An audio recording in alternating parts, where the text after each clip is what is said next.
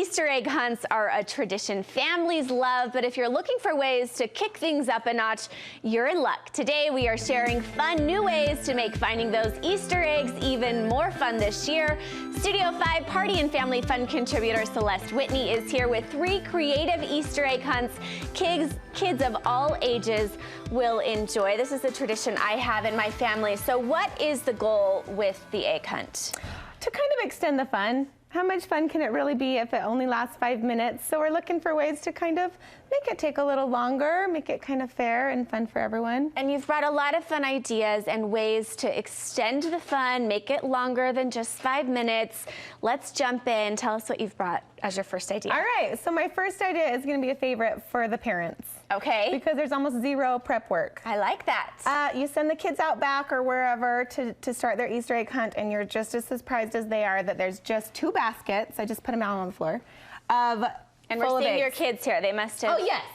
Okay, so this one is they get to, there's a note from the Easter Bunny, and the Easter Bunny needed their help to hide the eggs. He got to deliver them, but now they get to hide them themselves for opposing teams. So you split them up into 2 teams, you know, one in the front yard, one in the back, or just separate sides of the park or whatever. And I have seen them have more fun ever hiding them than I've seen gather them. Yeah. So it's so fun because then they get to go in and hide them. But also a good thing to do is to make sure that both teams have kind of appropriate age groups for the opposite. So there's littles hiding for littles and teens hiding for teens. Okay. And so the hiding spots don't get too tricky. So they don't get too tricky. But there's teenagers that might do harder ones for the other teenagers. So it's just set some rules, whatever you want. You know, they might all have to be visible or whatever, but they have so much fun hiding the eggs first. I bet. And then swapping, and then they can find them. That's such a fun idea and totally different than what we would normally do. So that's fun and different. It's good for a big group of kids because the Easter Bunny it takes a long time to hide all those eggs. Less work. Yes, so it does. They're doing the work, yeah. Okay, and are you a believer in having kids get the equal amount of everybody getting the same amount of eggs? I'm torn. I mean, I think it's a good lesson to learn sometimes that life's not fair, but you know what? I do love when it's fair. So my tip on that is sometimes just make the game who can collect the most and they get a prize, but then you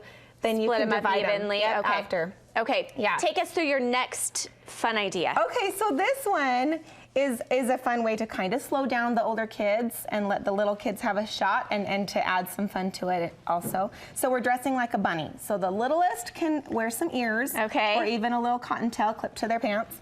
That doesn't slow them down at all, but they feel like they're part of the game. Right. And then as it gets bigger, they can wear, you can do mittens or something, but I think some little kids' socks, some white socks on their hands, like bunny paws. It's hilarious to watch them trying to like pick up juggle those slippery eggs and they can't get them in, and so it slows them down. And the older set has to wear some bunny feet to make them hop like a bunny. Oh, okay. And I just got these from the dollar store, and I zip tied them together. Oh, so they can't. They really can't walk. They have to hop. So they can't run across the yard. They're hopping.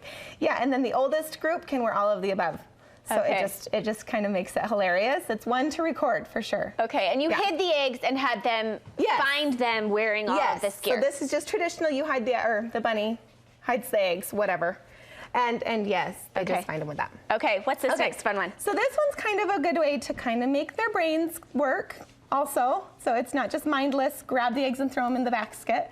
You get just a Sharpie and write A through Z on the eggs as enough sets for each child. Okay. If 26 is too much for you, then just shorten it to A through K or whatever you want, or even 1 through 10. Okay. And so then you just give the kids a little piece of paper with all of the alphabet on it so they can use it as a checklist, and each kid only gets 1 of every letter. Oh, so that's tricky. So they may come across a letter that they already have. Yes, and they've got to put it back. And for the little kids that maybe are, preschools that they don't know their letters, just do stickers. Oh, stickers. That's a fun idea, too. So they get all the same stickers on all their eggs and 1 on their hand.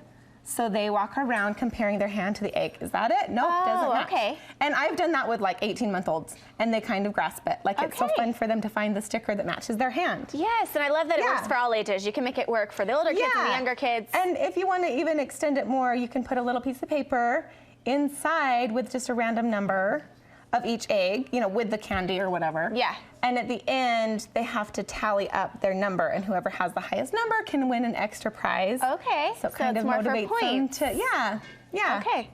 Great idea. To get extra prizes. Okay, what about these carrots right here? Okay, so this is a little scavenger hunt type of thing. So this is a list of things, and I just left it blank, so it's a printable that all out on the site. So just fill it with like natural things. Okay. Like 3 rocks the size of a quarter, or whatever you want to do. So be sort of specific when you're putting things down. So they gather these along with their eggs. Oh. So when they're getting eggs, they're also gathering a bunch of other odds and ends that you didn't have to hide. But also they're gonna go for a different prize at the end, you know, maybe the first 3 to get everything on the scavenger list, or maybe everyone who finishes that, and then it's optional if they wanna do that part or not. And then I just add extra things like this was at the dollar spot. So you hid these around the yard as well. If you put like carrots, then they're like, what?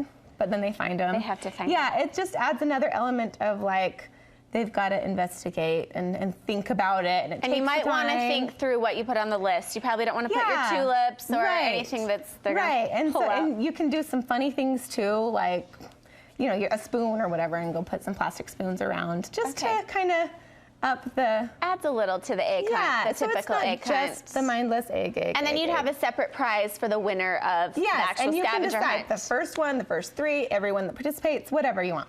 But yeah, then it's just another way to give. Sometimes you want to give a big prize at the end to some, or, you know, it's not all things that just fit in the egg. It's a fun way to do that. Great ideas for egg hunts. We have been drooling over this bunny art today. Tell us about this. Yes, well, I can't not decorate. So even if I'm going to the park, I need some sort of decoration. So I just put this together as a free printable also on the site, and I just pinned it to a cork board. So you can just bring it, you're not worried about wrinkling the paper, and then I just threw some flowers on the top, just on a ribbon. Like I just actually stapled the flowers to the ribbon. Do you have a favorite place to print these? I know it can be tricky to find. I always go to Alpha Graphics. Okay. And I think they call them like blueprint prints. I just will say the big one.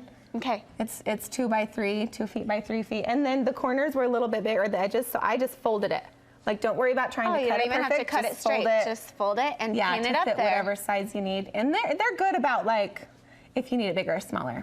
Such great ideas, and our kids are going to have so much fun come egg hunt time. We appreciate all of your fun ideas. And where can people find you, Celeste? Oh, 7 Loops on Instagram. Okay, thanks for stopping by.